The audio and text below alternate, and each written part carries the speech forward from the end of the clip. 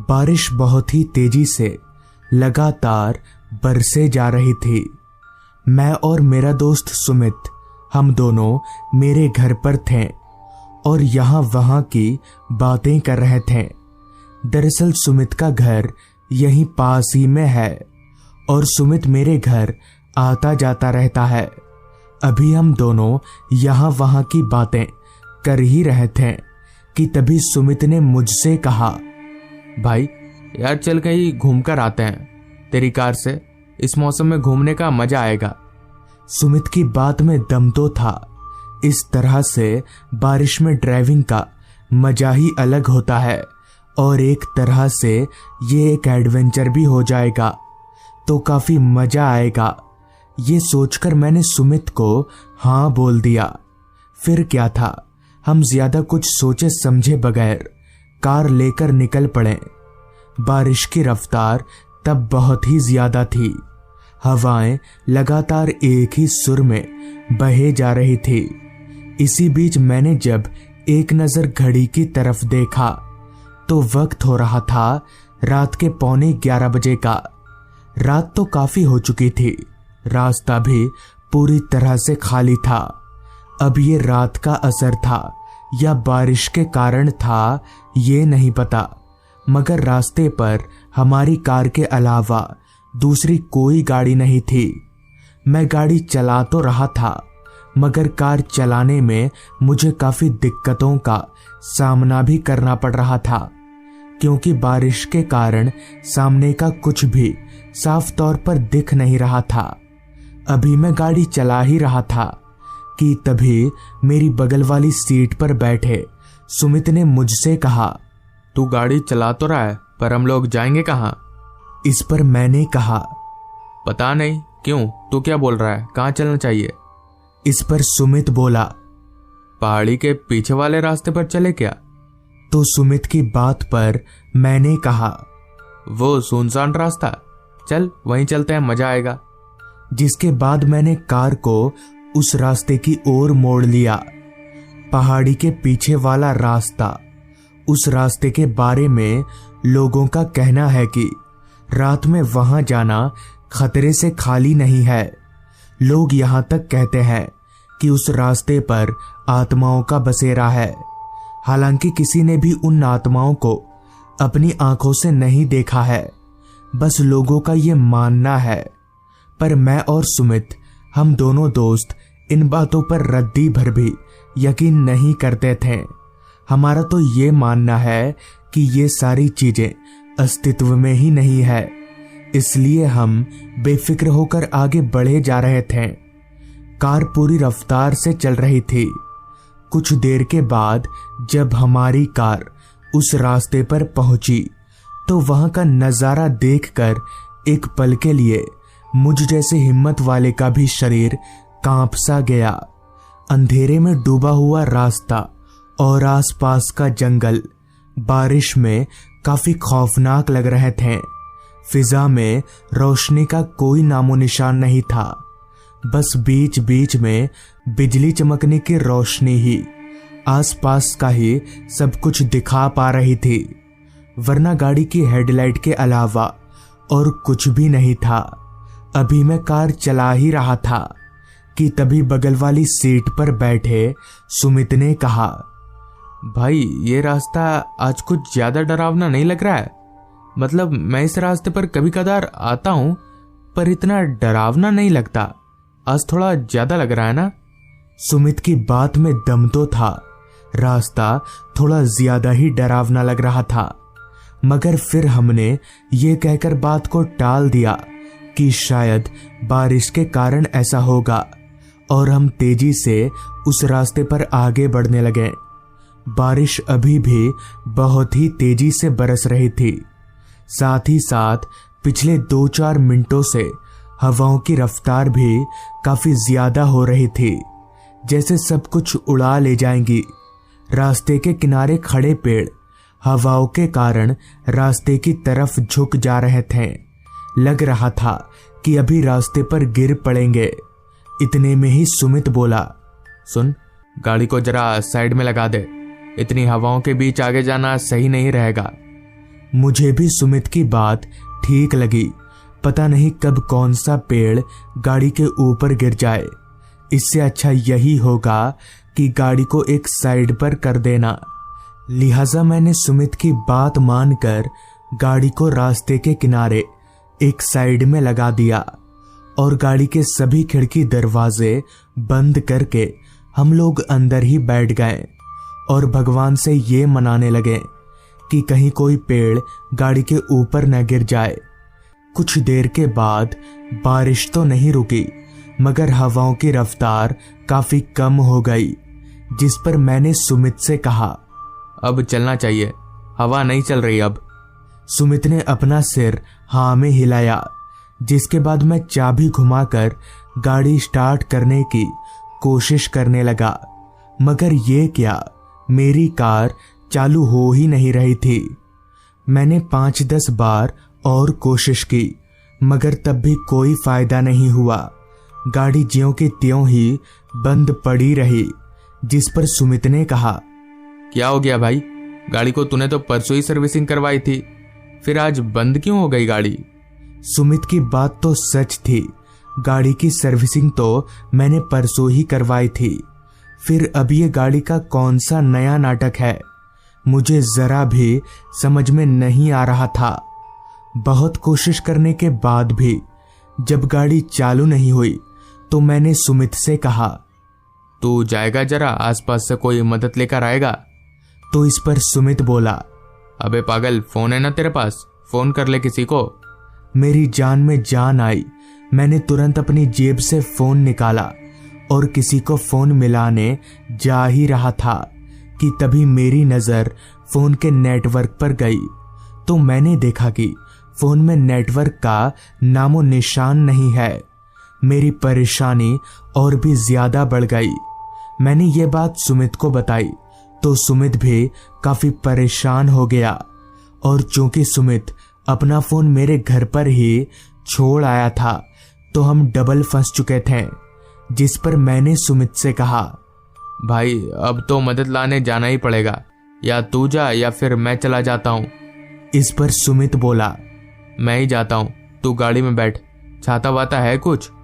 चूंकि गाड़ी के अंदर मैं हमेशा एक छाता रखता था तो मैंने वो छाता सुमित को दे दिया, जिसके बाद सुमित छाता लेकर निकल पड़ा किसी मदद की तलाश में।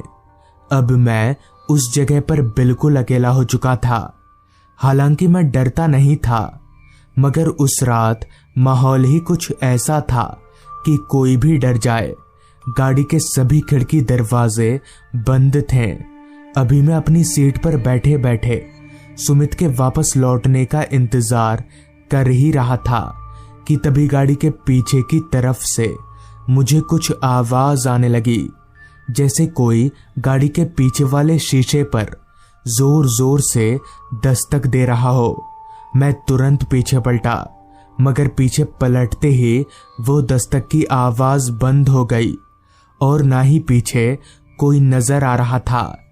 इस घटना ने मेरे डर को थोड़ा और बढ़ा दिया। भला इतनी रात गए इस रास्ते पर कौन होगा? पर फिर मैंने सोचा शायद ये मेरे मन का वहम होगा। यही सोचकर मैं खुद को हिम्मत देते हुए अपनी जगह पर बैठा रहा।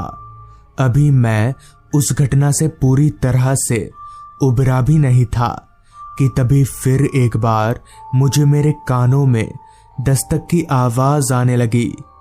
कोई शीशे पर दस्तक तो दे रहा था, मगर पीछे नहीं बल्कि मेरी सीट के बगल वाली सीट के शीशे पर। मैं तुरंत उस ओर पलटा तो सच में मेरी बगल वाली सीट की खिड़की पर एक आदमी खड़ा था और वो खिड़की के शीशे पर दस्तक देकर खिड़की नीचे गिराने के लिए बोल रहा था। उस आदमी को देखकर मैं थोड़ा चौंक सा गया। मुझे समझ नहीं आ रहा था कि क्या करूं, खिड़की खोलूं या नहीं। मगर फिर मैंने सोचा हो सकता है शायद इस आदमी को कोई मदद चाहिए होगी। लिहाजा पहले मैंने खिड़की को उतना ही नीचे गिराया जितने से मैं उसकी आवाज साफ तौर पर सुन सकूं। तो मेरे शीशा गिराते ही उस आदमी ने कहा, भाई साहब, मुझे कुछ देर के लिए गाड़ी के अंदर बैठने देंगे? दरअसल बारिश काफी तेज है। उसकी बात सुनकर मैंने गाड़ी का दरवाजा अनलॉक किया। दरवाजे से होकर वो आदमी मेरी बगल वाली सीट पर आकर बैठ गया। उस आदमी का चेहरा आम इंसानों से कुछ अलग सा था, पर मैंने इस बात पर उतना ध्यान नहीं दिया। तभी उस आदमी ने मुझसे पूछा, आप इतनी रात गए इस रास्ते पर क्या कर रहे हैं? तो इस पर मैंने जवाब दिया, जी वो क्या है कि हमारी गाड़ी खराब हो गई है। मेरा एक दोस्त मदद लाने गया है, पर आप इस रास्ते पर क्या कर रहे हैं? इस पर उस आदमी ने कहा, जी मैं तो यहीं पर रहता हूँ, इसी रास्ते पर। कभी किसी की गाड़ी में बैठ जाता हूँ तो कभी किसी के पीछे पीछे उसके घर चला जाता हूँ। उस आदमी की ये बात मुझे बड़ी अजीब लगी कि भला ये कौन है जो सबके पीछे पीछे घर चला जाता है। जिस पर मैंने उस आदमी से पूछा, आपको कोई कुछ बोलता नहीं? आप पीछे पीछे घर चले जाते हैं तो? इस पर वो आदमी बोला, मैं बहुत कम लोगों को दिखता हूँ, जैसे आपको दिखा। उस आदमी की बेतुकी बातों को सुनकर अभी मैं परेशान हो ही रहा था कि तभी मेरी नजर नीचे उस आदमी के पैरों की तरफ गई। तो मैंने जो देखा वो देखकर मेरे पैरों तले जमीन निकल गई, क्योंकि उस आदमी के दोनों पैर पीछे की ओर मुड़े हुए थे, यानी उल्टे थे। अचानक से मेरा डर 7वें आसमान पर चढ़ गया। मेरी आंखें फटी की फटी रह गईं। मुझे कुछ समझ में नहीं आ रहा था कि अब क्या करना चाहिए। डर और घबराहट मुझ पर इस कदर हावी हो गया कि मैं वहीं पर बेहोश हो गया। फिर जब मेरी आंख खुली तो सुमित मेरे मुंह पर पानी के छींटे मार रहा था। वो उल्टे पैरों वाला आदमी गायब था। उस रात तो मुझे कुछ नहीं हुआ, पर वो था क्या ये आज तक पता नहीं चल पाया। तो दोस्तों, ये थी आज की कहानी। बारिश बहुत ही तेजी से लगातार बरसे जा रही थी। मैं और मेरा दोस्त सुमित, हम दोनों मेरे घर पर थे और यहाँ वहाँ की बातें कर रहे थे। दरअसल सुमित का घर यहीं पास ही में है और सुमित मेरे घर आता जाता रहता है। अभी हम दोनों यहाँ वहाँ की बातें कर ही रहे थे कि तभी सुमित ने मुझसे कहा, भाई यार चल कहीं घूम कर आते हैं, तेरी कार से इस मौसम में घूमने का मजा आएगा। सुमित की बात में दम तो था। इस तरह से बारिश में ड्राइविंग का मजा ही अलग होता है और एक तरह से ये एक एडवेंचर भी हो जाएगा, तो काफी मजा आएगा। ये सोचकर मैंने सुमित को हाँ बोल दिया। फिर क्या था, हम ज्यादा कुछ सोचे समझे बगैर कार लेकर निकल पड़े। बारिश की रफ्तार तब बहुत ही ज्यादा थी। हवाएं लगातार एक ही सुर में बहे जा रही थी। इसी बीच मैंने जब एक नजर घड़ी की तरफ देखा तो वक्त हो रहा था रात के 11:15 बजे का। रात तो काफी हो चुकी थी, रास्ता भी पूरी तरह से खाली था। अब ये रात का असर था या बारिश के कारण था, ये नहीं पता, मगर रास्ते पर हमारी कार के अलावा दूसरी कोई गाड़ी नहीं थी। मैं गाड़ी चला तो रहा था, मगर कार चलाने में मुझे काफी दिक्कतों का सामना भी करना पड़ रहा था, क्योंकि बारिश के कारण सामने का कुछ भी साफ तौर पर दिख नहीं रहा था। अभी मैं गाड़ी चला ही रहा था कि तभी मेरी बगल वाली सीट पर बैठे सुमित ने मुझसे कहा, तू गाड़ी चला तो रहा है, पर हम लोग जाएंगे कहाँ? इस पर मैंने कहा, पता नहीं। क्यों, तू क्या बोल रहा है, कहाँ चलना चाहिए? इस पर सुमित बोला, पहाड़ी के पीछे वाले रास्ते पर चले क्या? तो सुमित की बात पर मैंने कहा, वो सुनसान रास्ता, चल वहीं चलते हैं, मजा आएगा। जिसके बाद मैंने कार को उस रास्ते की ओर मोड़ लिया।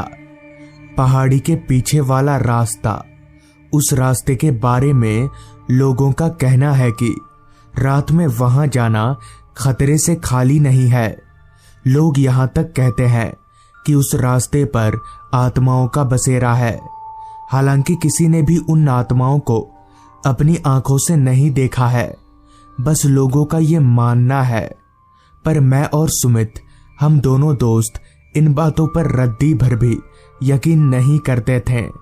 हमारा तो ये मानना है कि ये सारी चीजें अस्तित्व में ही नहीं है, इसलिए हम बेफिक्र होकर आगे बढ़े जा रहे थे। कार पूरी रफ्तार से चल रही थी।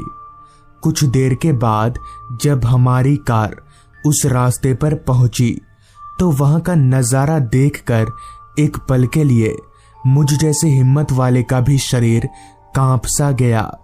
अंधेरे में डूबा हुआ रास्ता और आसपास का जंगल बारिश में काफी खौफनाक लग रहे थे। फिजा में रोशनी का कोई नामो निशान नहीं था, बस बीच बीच में बिजली चमकने की रोशनी ही आसपास का ही सब कुछ दिखा पा रही थी, वरना गाड़ी की हेडलाइट के अलावा और कुछ भी नहीं था।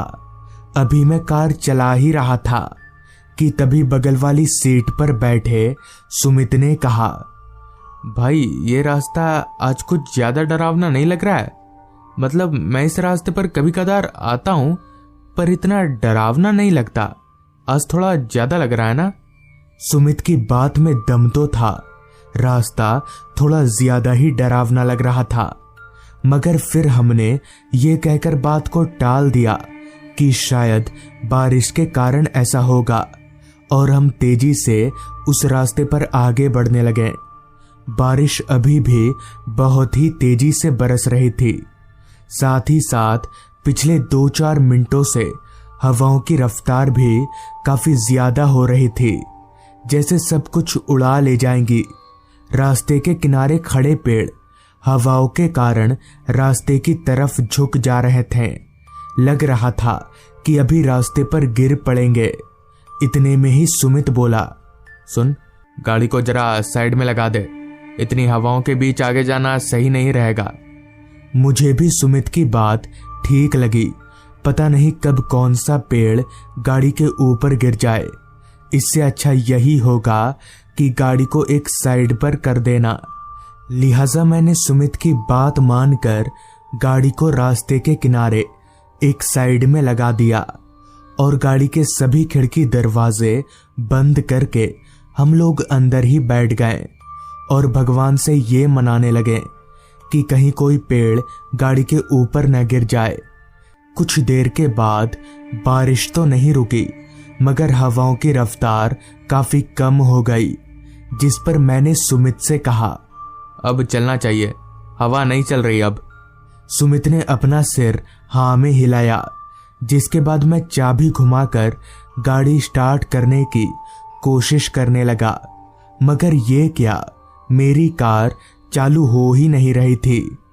मैंने 5-10 बार और कोशिश की, मगर तब भी कोई फायदा नहीं हुआ। गाड़ी ज्यों की त्यों ही बंद पड़ी रही, जिस पर सुमित ने कहा, क्या हो गया भाई? गाड़ी को तूने तो परसों ही सर्विसिंग करवाई थी, फिर आज बंद क्यों हो गई गाड़ी? सुमित की बात तो सच थी। गाड़ी की सर्विसिंग तो मैंने परसों ही करवाई थी। फिर अब ये गाड़ी का कौन सा नया नाटक है, मुझे जरा भी समझ में नहीं आ रहा था। बहुत कोशिश करने के बाद भी जब गाड़ी चालू नहीं हुई तो मैंने सुमित से कहा, तू जाएगा जरा आसपास से कोई मदद लेकर आएगा? तो इस पर सुमित बोला, अबे पागल, फोन है ना तेरे पास, फोन कर ले किसी को। मेरी जान में जान आई। मैंने तुरंत अपनी जेब से फोन निकाला और किसी को फोन मिलाने जा ही रहा था कि तभी मेरी नजर फोन के नेटवर्क पर गई तो मैंने देखा कि फोन में नेटवर्क का नामो निशान नहीं है। मेरी परेशानी और भी ज्यादा बढ़ गई। मैंने ये बात सुमित को बताई तो सुमित भी काफी परेशान हो गया, और चूंकि सुमित अपना फोन मेरे घर पर ही छोड़ आया था तो हम डबल फंस चुके थे। जिस पर मैंने सुमित से कहा, भाई अब तो मदद लाने जाना ही पड़ेगा, या तू जा या फिर मैं चला जाता हूँ। इस पर सुमित बोला, मैं ही जाता हूँ, तू गाड़ी में बैठ। छाता वाता है कुछ? क्योंकि गाड़ी के अंदर मैं हमेशा एक छाता रखता था, तो मैंने वो छाता सुमित को दे दिया, जिसके बाद सुमित छाता लेकर निकल पड़ा किसी मदद की तलाश में। अब मैं उस जगह पर बिल्कुल अकेला हो चुका था। हालांकि मैं डरता नहीं था, मगर उस रात माहौल ही कुछ ऐसा था कि कोई भी डर जाए। गाड़ी के सभी खिड़की दरवाजे बंद थे। अभी मैं अपनी सीट पर बैठे बैठे सुमित के वापस लौटने का इंतजार कर ही रहा था कि तभी गाड़ी के पीछे की तरफ से मुझे कुछ आवाज आने लगी, जैसे कोई गाड़ी के पीछे वाले शीशे पर जोर जोर से दस्तक दे रहा हो। मैं तुरंत पीछे पलटा, मगर पीछे पलटते ही वो दस्तक की आवाज बंद हो गई और ना ही पीछे कोई नजर आ रहा था। इस घटना ने मेरे डर को थोड़ा और बढ़ा दिया। भला इतनी रात गए इस रास्ते पर कौन होगा? पर फिर मैंने सोचा शायद ये मेरे मन का वहम होगा। यही सोचकर मैं खुद को हिम्मत देते हुए अपनी जगह पर बैठा रहा। अभी मैं उस घटना से पूरी तरह से उबरा भी नहीं था कि तभी फिर एक बार मुझे मेरे कानों में दस्तक की आवाज आने लगी। कोई शीशे पर दस्तक तो दे रहा था, मगर पीछे नहीं, बल्कि मेरी सीट के बगल वाली सीट के शीशे पर। मैं तुरंत उस ओर पलटा तो सच में मेरी बगल वाली सीट की खिड़की पर एक आदमी खड़ा था और वो खिड़की के शीशे पर दस्तक देकर खिड़की नीचे गिराने के लिए बोल रहा था। उस आदमी को देखकर मैं थोड़ा चौंक सा गया। मुझे समझ नहीं आ रहा था कि क्या करूं, खिड़की खोलूं या नहीं। मगर फिर मैंने सोचा हो सकता है शायद इस आदमी को कोई मदद चाहिए होगी, लिहाजा पहले मैंने खिड़की को उतना ही नीचे गिराया जितने से मैं उसकी आवाज साफ तौर पर सुन सकूं। तो मेरे शीशा गिराते ही उस आदमी ने कहा, भाई साहब, मुझे कुछ देर के लिए गाड़ी के अंदर बैठने देंगे? दरअसल बारिश काफी तेज है। उसकी बात सुनकर मैंने गाड़ी का दरवाजा अनलॉक किया। दरवाजे से होकर वो आदमी मेरी बगल वाली सीट पर आकर बैठ गया। उस आदमी का चेहरा आम इंसानों से कुछ अलग सा था, पर मैंने इस बात पर उतना ध्यान नहीं दिया। तभी उस आदमी ने मुझसे पूछा, आप इतनी रात गए इस रास्ते पर क्या कर रहे हैं? तो इस पर मैंने जवाब दिया, जी वो क्या है कि हमारी गाड़ी खराब हो गई है। मेरा एक दोस्त मदद लाने गया है, पर आप इस रास्ते पर क्या कर रहे हैं? इस पर उस आदमी ने कहा, जी मैं तो यहीं पर रहता हूँ, इसी रास्ते पर। कभी किसी की गाड़ी में बैठ जाता हूँ तो कभी किसी के पीछे पीछे उसके घर चला जाता हूँ। उस आदमी की ये बात मुझे बड़ी अजीब लगी कि भला ये कौन है जो सबके पीछे पीछे घर चला जाता है। जिस पर मैंने उस आदमी से पूछा, आपको कोई कुछ बोलता नहीं? आप पीछे पीछे घर चले जाते हैं तो? इस पर वो आदमी बोला, मैं बहुत कम लोगों को दिखता हूँ जैसे आपको दिखा। उस आदमी की बेतुकी बातों को सुनकर अभी मैं परेशान हो ही रहा था कि तभी मेरी नजर नीचे उस आदमी के पैरों की तरफ गई। तो मैंने जो देखा वो देखकर मेरे पैरों तले जमीन निकल गई, क्योंकि उस आदमी के दोनों पैर पीछे की ओर मुड़े हुए थे, यानी उल्टे थे। अचानक से मेरा डर 7वें आसमान पर चढ़ गया। मेरी आंखें फटी की फटी रह गईं। मुझे कुछ समझ में नहीं आ रहा था कि अब क्या करना चाहिए। डर और घबराहट मुझ पर इस कदर हावी हो गया कि मैं वहीं पर बेहोश हो गया। फिर जब मेरी आंख खुली तो सुमित मेरे मुंह पर पानी के छींटे मार रहा था। वो उल्टे पैरों वाला आदमी गायब था। उस रात तो मुझे कुछ नहीं हुआ, पर वो था क्या ये आज तक पता नहीं चल पाया। तो दोस्तों, ये थी आज की कहानी। अगर आपको ये कहानी पसंद आई हो तो चैनल को जरूर सब्सक्राइब कर लें। तो मैं आपका दोस्त आर्यन जल्द ही मिलूंगा आपसे ऐसी ही एक कहानी के साथ।